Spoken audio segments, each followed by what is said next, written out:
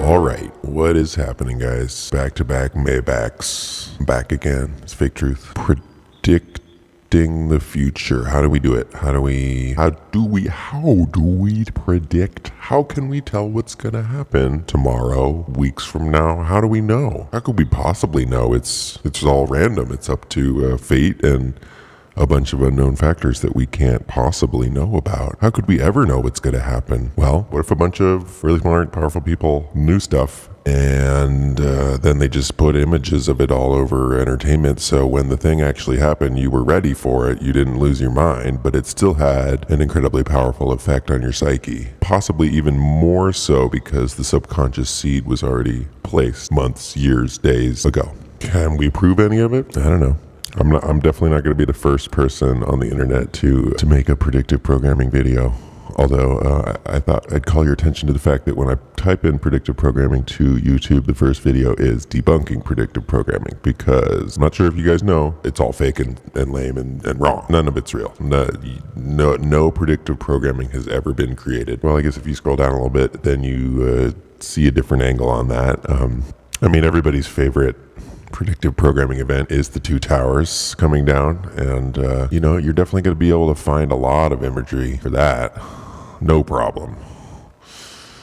83, 1994, 75, right? And so that's why it's really hard to know exactly when the events like this are coming. You just know that it's coming.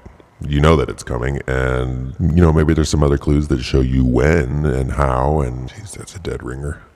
I hope this isn't your first introduction to this subject, because that would be a little worrying. Either whatever side of the fence you're on, you should know about this being a thing, predictive programming in entertainment, and the debate around it. It's a pretty good blog post, hard to deny. So, but this was, let's get back to television. This is happening right now. That's 1997, 80s, 70s. This is happening right now. This is the night before Doom Patrol. But I don't even think that's relevant. I think what's relevant is the imagery, the images that you're seeing. The story isn't relevant because that's not what people are going to remember. That's not the emotional effect that it's having. You'll forget the story. I forget the stories of a lot of these things, but these images stay with you. There's symbols everywhere, right? We have the globe here in the corner. Muscle guy seems like he's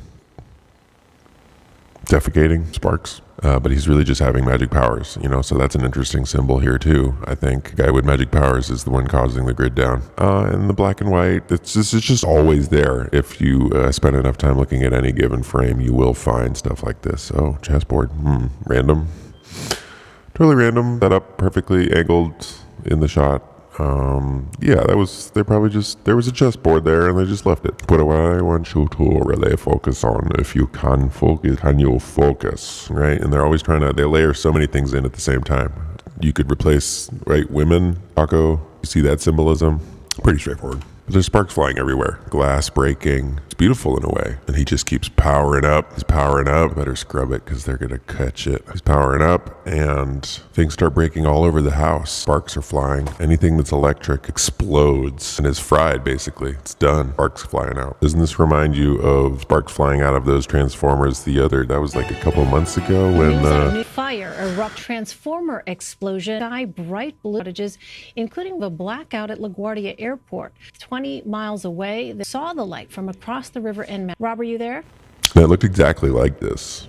Sparks flying. And then darkness envelops you. And there you can see, like in the background, it's not just this house. You see the city back here? Out, grid down. And then this flickering, maybe in certain areas we'll still have a little bit, but the grid, that's when the grid goes down.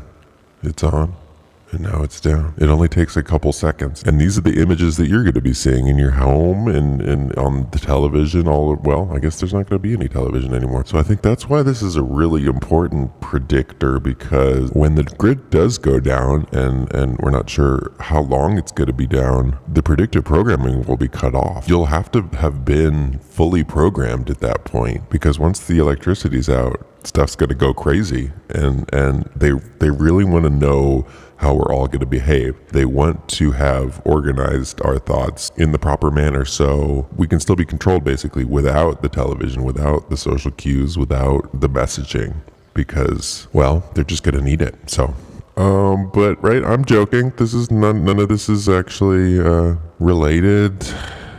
Right? It just gets so tiresome. Most people, I think, would see these and not think about it too much.